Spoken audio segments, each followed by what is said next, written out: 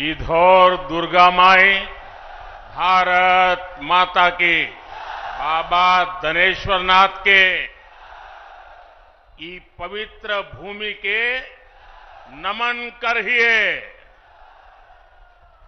भगवान महावीर के ई ज्ञान भूमि पर अपने सबके संख्या में अभिनंदन करिए। हमें आशीर्वाद देने आए हुए मेरे प्यारे भाई और बहन, मैं इस तरफ देख रहा हूं, पूरा हुजूम का हुजूम अभी आ रहा है। ये चुनाव सभा है कि विजय सभा है? आज जमुई की इस खूबसूरत धरती पर उमड़ा ये जन सैलाब बता रहा है जनता का मूड क्या है। इसे बीजेपी और एनडीए के पक्ष में उठी ये हुंकार बिहार के साथ ही पूरे देश में गूंज रही है। जमुई, नवादा, मुंगेर, बांका के साथ साथ बिहार की सारी 40 सीटें एनडीए के खाते में देने का आप बिहार वासियों का निर्धार, मैं इस निर्धार को नमन करता हूं। और इसलिए पूरा बिहार कह रहा है, फिर एक बार, फिर एक बार, फिर एक बार।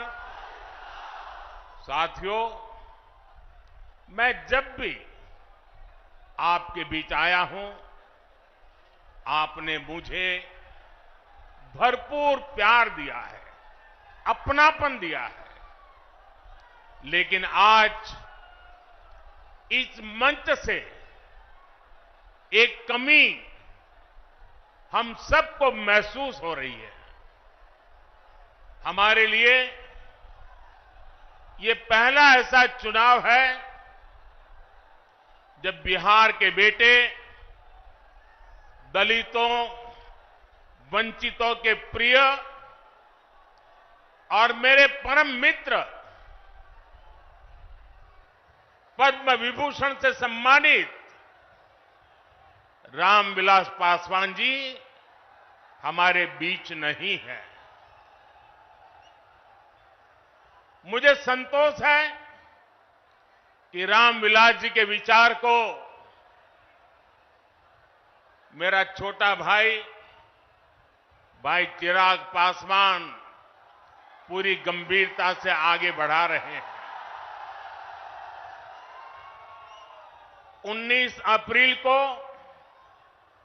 आप एनडीए को जो समर्थन देंगे, आप भाई अरुण भारती जी को, वो रामविलास जी के संकल्पों को मजबूती देगा।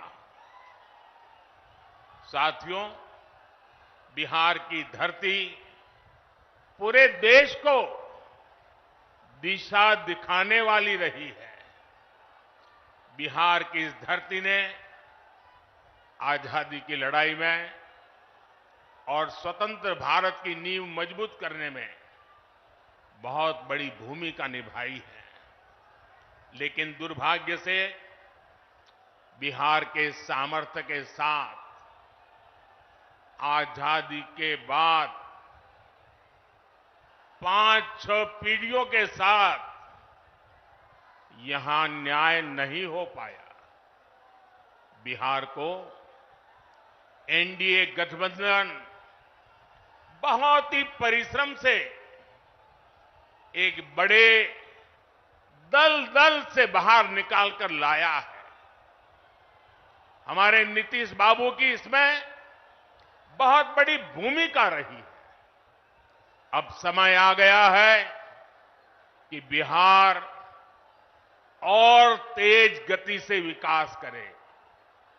इसलिए 2024 का चुनाव बिहार और भारत के भविष्य के लिए बहुत निर्णायक है।